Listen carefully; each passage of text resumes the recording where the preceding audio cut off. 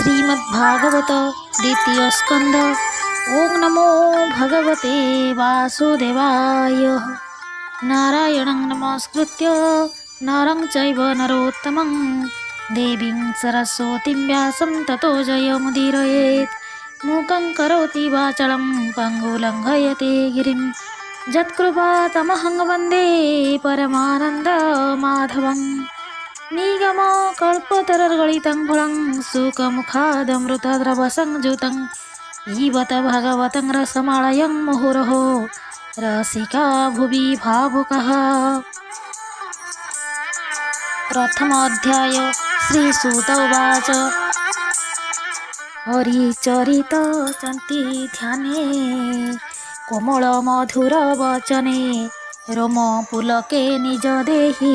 कहन्ति राजा मुख चाहि। ये भाग्यवन्त नृपवर गरिष्ठ प्रश्न ए तोहर पचारु जीवलोक हिते जे प्रश्न अछि तोर चिते श्रोतव्य प्रश्न अछि जेते आगम निगम उकते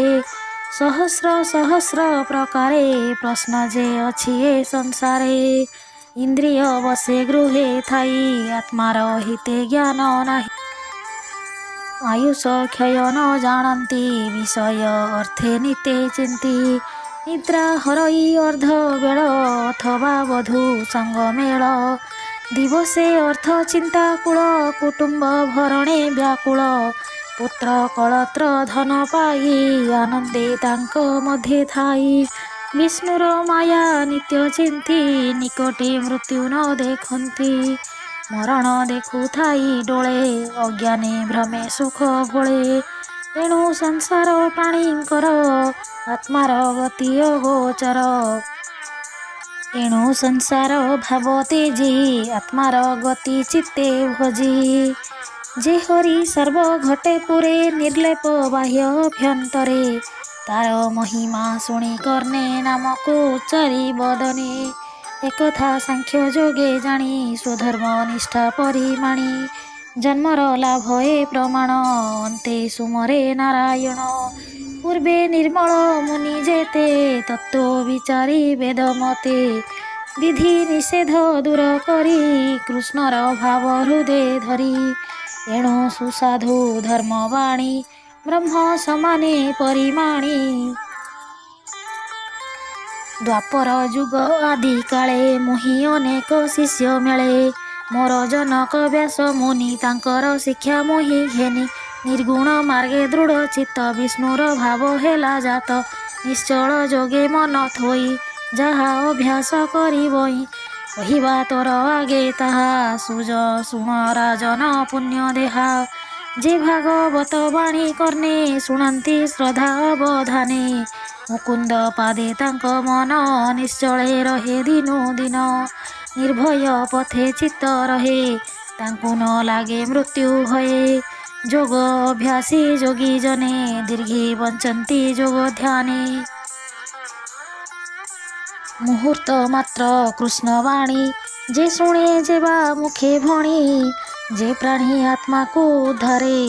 कि भाव बहु संवत्सरे पूर्वे खट्वांग राजा थिला स्वर्गे देवंक हित कला रिपु निबारे गुरु पासे मिलिला भक्तिर विश्वासे देवे बोइले माग बर ता शुणी कहे नृपवर आयुष अछि मोर जेते देवे कहिले शास्त्र मते मुहूर्ते अछि तो जीवन ता शुणी संतोष ता मन बोलई बरे कार्य नाही क्षीण आयुष मोर देही मुहूर्ते नाम उच्चारिला अन्ते से गोविंद पशिला एबे शपथ दिन जाए जीवन अछि तोर देहे एबे हरिंको आश्रय कर श्रवणे बदने उच्चार जे अंत काले हरि बाणी मुखे उच्चारी कर्णे शुणी जेते विषय आत्मा भेदी असंग स्त्री ताहा छेदी बेगे पसंती कृष्ण भावे शुण कहिबा तोर एबे जे प्राणी अंत काले जाने आत्मार गति मने गुणी गृह उपेक्षी चले बने ताप आचरे दुख श्रमे ସ୍ନାନକୁ ସାରି ଶୀତ ଜଳେ ବସି ନିଶ୍ଚଳେ ବୃକ୍ଷ ମୂଳେ ଅଭ୍ୟାସ କରି ଶୁଦ୍ଧ ମନେ ତ୍ରିବୃତ ବ୍ରହ୍ମ ସୁମରଣେ ପ୍ରାଣ ପବନ ଯୋଗେ ରୁନ୍ଧି ସକଳ ଇନ୍ଦ୍ରିୟ ନିରୋଧି ବୁଦ୍ଧି ସାରଥି ଆଶ୍ରୟ କରି ବିଷୟ ସମୂହ ନିବାରି କର୍ମେ ଚଞ୍ଚଳ ମନ ଚଳେ ନିରୋପି କୃଷ୍ଣ ପାଦ ତଳେ ଏକା ଶରୀର ଚିନ୍ତି ନିତ୍ୟେ ବଞ୍ଚିବ ଅନୁକ୍ଷଣ ଶ୍ରାନ୍ତେ ମନକୁ ନିର୍ବିଷୟ କରି ସକଳ ଚିନ୍ତା ନ ସୁମରି ମନ ପ୍ରସନ୍ନ ଯେତେବେଳେ ଜ୍ଞାନ ପ୍ରସରଇ ନିଶ୍ଚଳେ ସ୍ୱଭାବେ ମନ ଦୁଷ୍ଟପଣେ ଆବୃତ ରଜତମ ଗୁଣେ ଏଣୁ ଧାରଣା ଆଶ୍ରୟ କରି ମନର ମଳ ଅପହରି ଏମନ୍ତେ ଯୋଗର ଧାରଣ ଯୋଗୀର ଭକ୍ତିର ଲକ୍ଷଣ ରାଜଉବାଚ ଧାରଣା ଯୋଗ ଚିତ୍ତେ ଧରି ଏମନ୍ତେ ତରେ ବ୍ରହ୍ମଚାରୀ ଧାରଣା ହୁଅନ୍ତେ ସୁନିଶ୍ଚଳ ବେଗେ ହରଇ ମନୋମଳ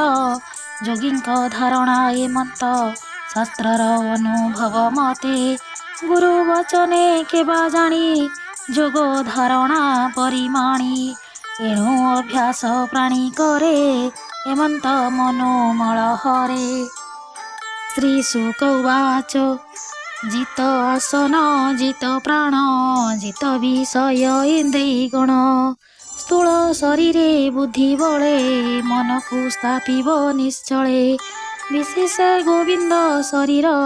ସ୍ଥୂଳଙ୍କ ମଧ୍ୟରେ ସ୍ଥୂଳତର ଯହିଁ ସଂସାର ପରିମାଣ ଭୂତ ବିଷୟ ବର୍ତ୍ତମାନ ବ୍ରହ୍ମାଣ୍ଡ ବସେ ଯାର ଦେହେ ସପ୍ତାବରଣେ ଯୁକ୍ତ ହୁଏ ବିରାଜ ପୁରୁଷ ଏ ମଧ୍ୟେ ବସେ ଧାରଣା ଅନୁବାଦେ ବ୍ରହ୍ମାଣ୍ଡ ଚତୁର୍ଦଶ ପୁର ପ୍ରମାଣ ଶରୀର ଯାହାର ଶୁଣ କହିବା ଅଧ ଊର୍ଦ୍ଧ୍ୱେ ବିରାଟ ପ୍ରତି ଅଙ୍ଗ ମଧ୍ୟେ ପାତଳ ବସେ ପାଦ ତଳ ତା ପାଦ ଅଗ୍ରେ ରସାତଳ ଚରଣ ଗୁଳ୍ପ ମହିତଳ ଜଙ୍ଘ ଯୁଗଳ ତଳାତଳ ସୁତଳ ବସେ ଜାନୁ ଯୁଗେ ବିତଳା ତଳ ଉରୁ ଭାଗେ ଘନ ଦେଶେ ମହିତଳ ନାଭି ବିବର ନଭସ୍ତୁଳ ଜ୍ୟୋତି ସମୂହ ପରକାଶେ ହୃଦରେ ସ୍ୱର୍ଗ ଲୋକ ହିଁ ବସେ କଣ୍ଠ ଆଶ୍ରିତ ମହତ୍ ଲୋକ ବଦନ ବସେ ଜନ ଲୋକ ଲଲାଟେ ତପଲୋକ ବସେ ମସ୍ତକ ଦେଶେ ସତ୍ୟ ବସେ ବାତ୍ସବ ଆଦି ଦିଗ ପାଳେ ଯା ଅଷ୍ଟଭୁଜ ଏ ଶୟଳେ କର୍ଣ୍ଣ ଯାହାର ଅଷ୍ଟଦଶା ଅଶ୍ୱିନୀ ସୁତେ ଯାର ନାସା ଜଳନ୍ତା ଅଗ୍ନି ଯା ବଦନ ନୟନ ଗୋଲକ ଗଗନ ସବିତା ଯାର ଚକ୍ଷୁ ବେନି ଉଦୟ ଅସ୍ତ ପକ୍ଷ ବେନି ଯାର ଭୁରୁ ଭଙ୍ଗ ବେନି ପାଦ ସଲିଳ ତାଳୁ ସରଜିହ ତିନି ବେଦ ଯେ ବ୍ରହ୍ମରନ୍ଧ୍ର ବିକଟ ତୁଣ୍ଡ ଯମ ପଦ ଯାହାର ତୁମ୍ଭେ ସ୍ନେହ କଳା ଅଧ ଊର୍ଦ୍ଧ୍ୱରେ ଦନ୍ତମାଳା ନର ଉନ୍ମାଦ ଯାର ହାସ ଯେ ବିଷ୍ଣୁ ମାୟାରେ ପ୍ରକାଶ ସଂସାର ଯାହାର କଟାକ୍ଷ ଏ ଜୀବ ଲଭେ ତା ପ୍ରତ୍ୟକ୍ଷ ଊର୍ଦ୍ଧ୍ୱ ଓଷ୍ଠରେ ଲଜ୍ଜା ବସେ ଲୋଭ ବସଇ ଅଧୋ ଦେଶେ ଧର୍ମ ବସଇ ସ୍ତନ ଯୁଗେ ଅଧର୍ମ ବସେ ଧର୍ମ ଭାଗେ ଅଣ୍ଡେ ବସଇ ପ୍ରଜାପତି ମିତ୍ରା ବରୁଣ କୋଶେ ସ୍ଥିତି ଚକ୍ଷୁରେ ସାଗର ନିଚୟ ଗିରି ମାନେ ଯେ ଅସ୍ତିଚୟ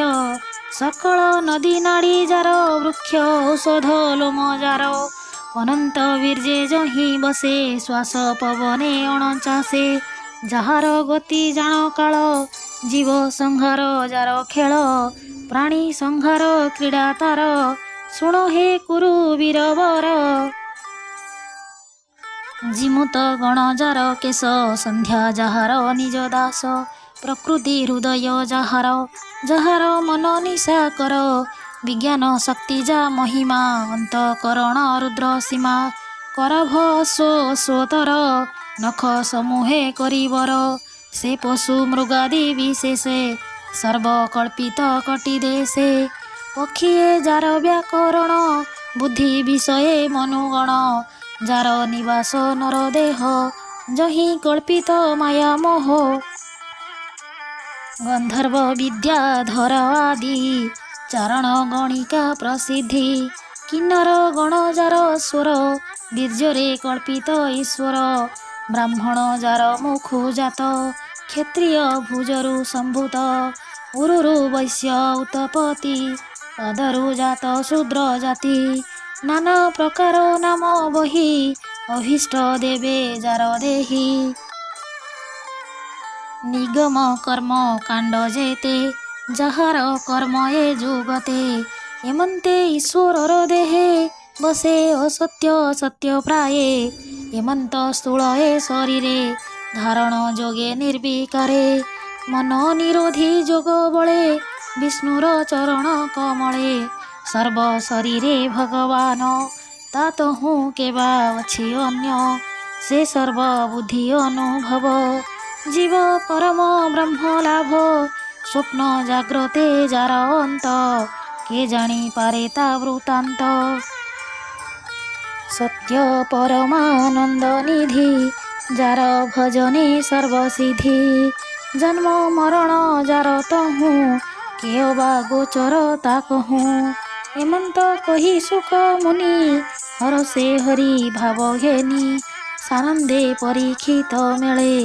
जहा कहिले गंगा कूले द्वितीय स्कंदे भागवत कहिले दास जगन्नाथ इति श्रीमद्भागवते महापुराणे परमहंस्याय संहितायां वैयासिक्यां द्वितीय स्कंदे शुक परीक्षित संवादे महापुरुष संस्थानि वर्णने नाम प्रथम अध्यायः।